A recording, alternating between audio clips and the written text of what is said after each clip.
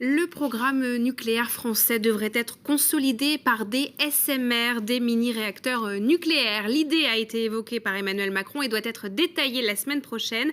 Alors 40 ans après le combat contre l'installation d'une centrale à Plogoff, le retour du nucléaire est-il possible dans la région?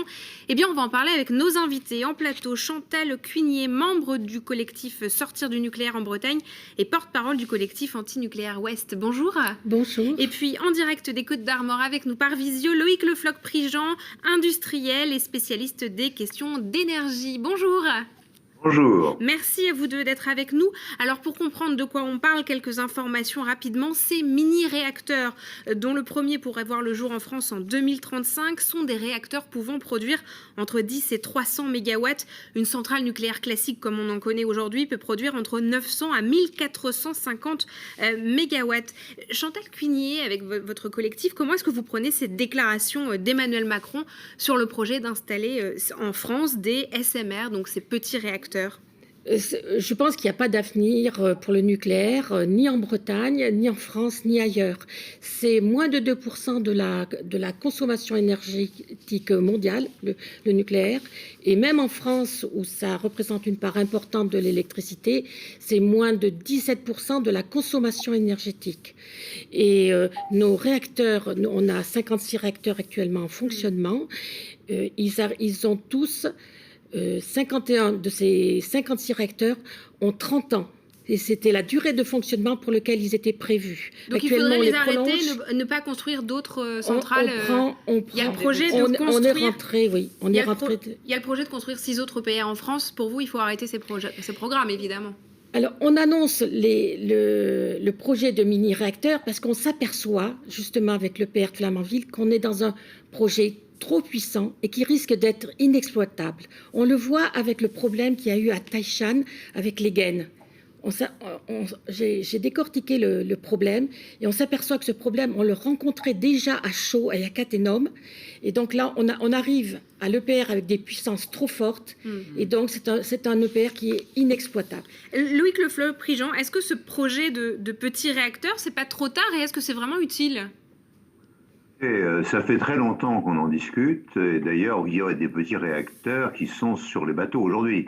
Donc on reconnaît Et le problème, c'est qu'on considérait à l'époque que du point de vue économique, pour avoir une électricité le moins chère possible, il fallait augmenter la puissance. Alors, depuis, il y a eu énormément de travail d'effectuer et la plupart des pays aujourd'hui, des pays nucléaires, sont en train de regarder si ce n'est pas mieux de faire des réacteurs plus petits et de faire ce qu'on appelle l'interland, c'est-à-dire de faire des circuits courts, alors que les grands réacteurs sont interconnectés et permettent effectivement de servir beaucoup plus loin. Donc c'est ça la question, et la question qui est posée par le président de la République, c'est la question que nous nous posons tous dans le domaine de l'énergie, c'est-à-dire comment va évoluer l'action nucléaire. Il est clair que les grands pays se sont dotés de grands outils de façon à pouvoir servir énormément de gens, mais depuis quelques années, il y a des SMR dans les provinces russes de façon qui n'avait pas raison, en particulier dans le domaine dans la Sibérie, d'être interconnecté, et le SMR permet de faire fonctionner une région à l'électricité. Voilà. Alors, après la catastrophe de Fukushima, il y a 10 ans, les Allemands ont décidé de sortir du nucléaire. La France devait aussi baisser en 2025. Puis finalement, c'est sorti, ça sera en 2035, de 70 à 50% la part de l'atome dans le mix énergétique français. Est-ce que le nucléaire est en train de revenir en grâce bien sûr, en France? Bien sûr. Il revient parce que dans la mesure où on essaie de limiter le CO2 et le climat et de protéger le climat, il faut diminuer la part pétrolière et gazière, et la seule solution, c'est de faire du nucléaire, puisque vous savez que quand vous faites de l'éolien ou du solaire, comme c'est intermittent, vous devez rajouter de la puissance à un moment où il n'y a ni vent ni soleil, et à ce moment-là, vous prenez le gaz. Donc le choix, si vous voulez, c'est entre le nucléaire d'un côté et l'éolien, le solaire et le gaz de l'autre. Et pour le climat, il est clair que c'est le nucléaire qui est le meilleur. Voilà. Chantal Cuinier, donc tout le monde revient au nucléaire. Alors Chantal Cuinier, le nucléaire représente 67,1% de l'électricité produite en France en 2020. C'est l'une des pires années. Hein. C'est un mauvais chiffre. 75 en général. Voilà. Cette technologie est aussi garante d'un prix bas de l'électricité. On voit bien que les crispations sociales qui surgissent en ce moment autour du pouvoir d'achat, c'est un sujet aussi très électrique au niveau social français, si je puis dire comme ça. On sait que le kilowattheure qui sera produit par l'EPR, il sera double de celui des renouvelables. Donc je pense que là, il y a une arnaque sur le prix de l'électricité qui est bas. En fait, on s'aperçoit qu'il faut remettre 100 milliards d'euros pour le rafistolage des réacteurs. Comment vous voyez EDF est à 41 milliards d'endettement. Là, on est dans un gouffre financier. Le stockage, l'enfouissement des déchets, actuellement, le projet est chiffré à 35 milliards d'euros.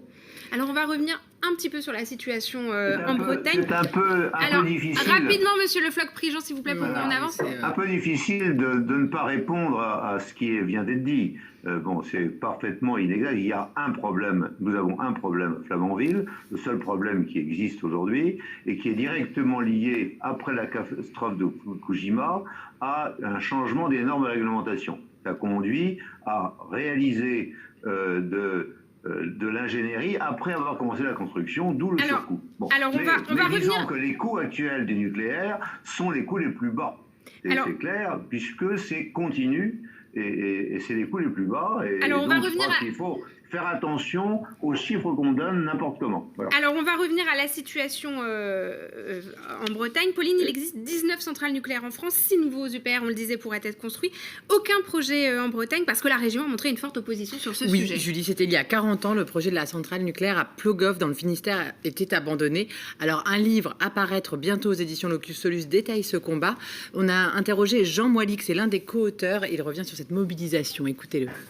La lutte antinucléaire a démarré en décembre 1974 et on voulait mettre l'accent sur tout ce qui s'est passé auparavant et cette lutte qui a concerné toute la Bretagne parce qu'il y avait 5 sites qui étaient proposés en Bretagne. Il y a eu une lutte régionale d'abord, mais le choix du site s'est fait en septembre 1978. Et c'est à ce moment-là que toutes les luttes sur les différents sites de toute la Bretagne ont convergé vers Plogoff. Il y a 40 ans, la contestation s'est mise en place petit à petit. Je pense que la contestation serait importante en Bretagne. La sensibilité, l'hypersensibilité par rapport aux problèmes nucléaires est grande, que ce soit en Bretagne administrative ou historique. Chantal Cuinier, la Bretagne exporte 83% de son énergie et n'en produit que 17%. Est-ce qu'aujourd'hui la région peut encore se passer de la technologie nucléaire comme elle l'a fait il y a 40 ans ? Il y a 40 ans, il y avait un plan Alter-Breton qui avait été fait pour se passer et du pétrole et du nucléaire. Seulement, la volonté politique a manqué. Les 83% sont dus aux fossiles parce que c'est dû à la mobilité. C'est ça qu'il faut revoir. C'est comment on se déplace, comment on minimise nos trajets. C'est là-dessus si effectivement on veut diminuer les fossiles. Mais le nucléaire, c'est pas une question énergétique. On l'a vu tout à fait dans le discours d'Emmanuel Macron au Creusot en décembre 2020. Qu'est-ce qu'il a dit sur Framatome, ouais. Qu'est-ce qu'il a dit ? Il a dit le nucléaire civil ne peut pas se passer du nucléaire militaire et inversement. On est sur une question de défense nationale. La Bretagne a connu une centrale nucléaire avec Brennilis, construite en 1962, arrêtée en 1985. Elle est toujours en démantèlement. Est-ce qu'à la suite de ça, la région est devenue hostile à ce sujet ou est-ce que l'implantation d'une centrale nucléaire pourrait avoir lieu en Bretagne ? Vous sentez que l'état d'esprit a changé ? Je pense que non. Je pense que la majorité des gens sont anti-nucléaires en Bretagne. Loïc Le Floch-Prigent, est-ce que la Bretagne peut se passer aussi du nucléaire, vu les chiffres dont on parlait sur l'export de l'énergie qu'elle fait ?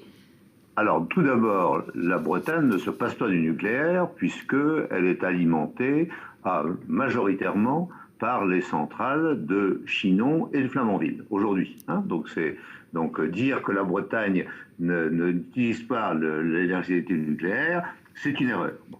Alors ensuite, que pouvons-nous faire ? Alors, ce qui a été envisagé, c'est le parc éolien en mer, que tout le monde sait, je combats parc éolien de Saint-Brieuc, actuellement à Saint-Brieuc, parce que je considère que c'est une erreur fondamentale de vouloir forer dans des endroits où on ne peut pas forer. Monsieur Le Floch-Prigent, si le nucléaire...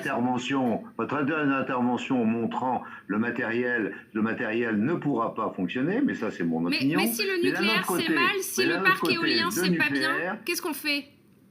Quoi? Et on a actuellement, vous fonctionnez avec le nucléaire, vous fonctionnez avec un peu d'éolien terrestre, et vous fonctionnez, lorsqu'il y a des difficultés, avec la centrale de Cordemais, près de Saint-Nazaire, qui est une centrale au charbon qu'on est en train de mettre au charbon plus biomasse.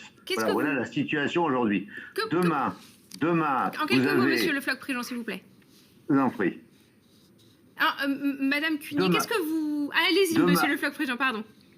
Demain, il faudra du nucléaire de toute façon, que le nucléaire soit installé en Bretagne ou pas, vous continuerez à fonctionner au nucléaire en Bretagne en ce qui concerne l'énergie électrique. Alors après, si jamais vous augmentez... Alors on va laisser Madame Cunier répondre et puis on va mettre fin. On n'a plus le temps. Madame Cunier, je vous en prie. Non, je pense pas. Je pense qu'il n'y a pas d'avenir. Nos centrales sont trop vieilles. On voit bien que le PR, on n'arrive pas à le mettre en service et il sera inexploitable. Et vous le verrez bien. Je pense qu'il est plus que temps de se préoccuper d'un autre avenir qui doit être fondé d'abord sur la sobriété énergétique et sur les renouvelables. Et je pense qu'il faut le rayer de la liste. On voit que le sujet va continuer à faire débat. Merci à tous les deux. Madame. Merci à tous les deux d'avoir été sur ce plateau. On vous réinvite très bientôt pour en parler, donc pour poursuivre la conversation. les annonces du président sur ce sujet. Puis autour de Plogoff, on rappelle donc ce livre coécrit par Jean Moilic, Une lutte au bout du monde aux éditions Locus Solus. Et jusqu'au 10 octobre, la ville de Quimper accueille des conférences sur le sujet des désobéissances. On parlera aussi de Plogoff à ce moment-là. Merci à tous les deux d'avoir été sur notre plateau.